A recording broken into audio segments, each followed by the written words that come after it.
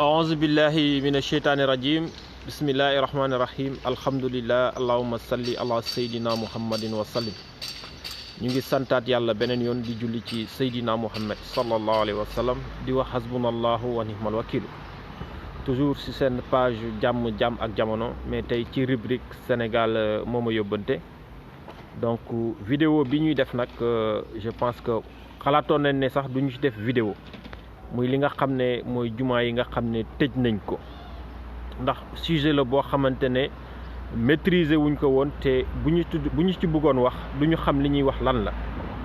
ñu jàppoon ne imaam yi nga xam ne ñoom ñooy imaam yi Sénégal gannaaw ñoom ñëpp biñ dajaloo d'accord si ñu tëj jumaa yi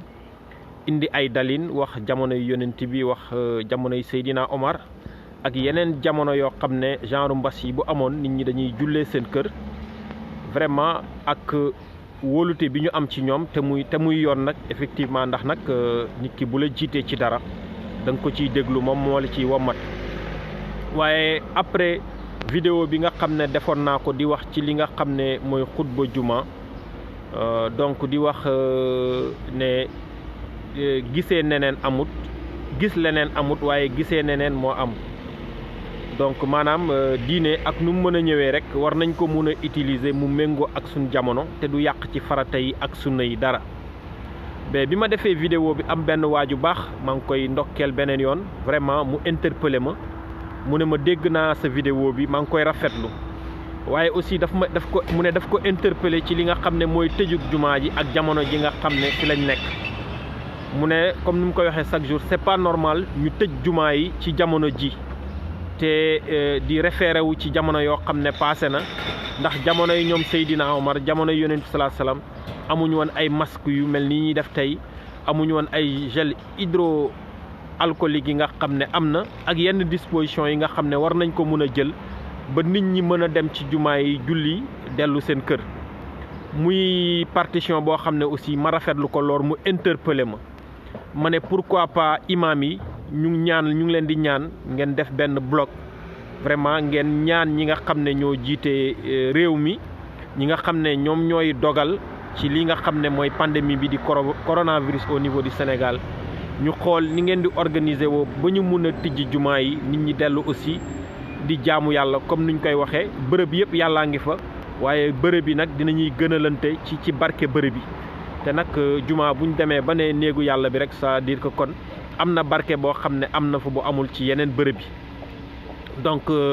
ñu ngi leen di ñaan yéen imaam yi aussi ngeen xoolaat loolu ba xam du ngeen mun a dajaloo demander ki nga xam ne mooy président de la république ak aide yi nga xam ne yëpp ñu ngi koy jël di ko dimbalee nit ñi ñu jël ci aussi boole ci dimbali ci jumaa yi bañ mun a dellu ci jumaa yi di jaamu yàlla ñaan yàlla ndax nag buñ fàttee ñaan mooy gàllaaju jullit te ñaan boobu nga xam ne buñ ko ñaanee Sénégal ñaan ko pour àdduna bi yëpp yàlla moom yërmandeem yaatu na ndax nag Seydina Muhammad sallallahu alayhi wa sallam yàlla daf ko bind mu doon yërmande ñeel humanité bi yëpp comme imaam yi ñu ngi leen di ñaan di leen interpellé waat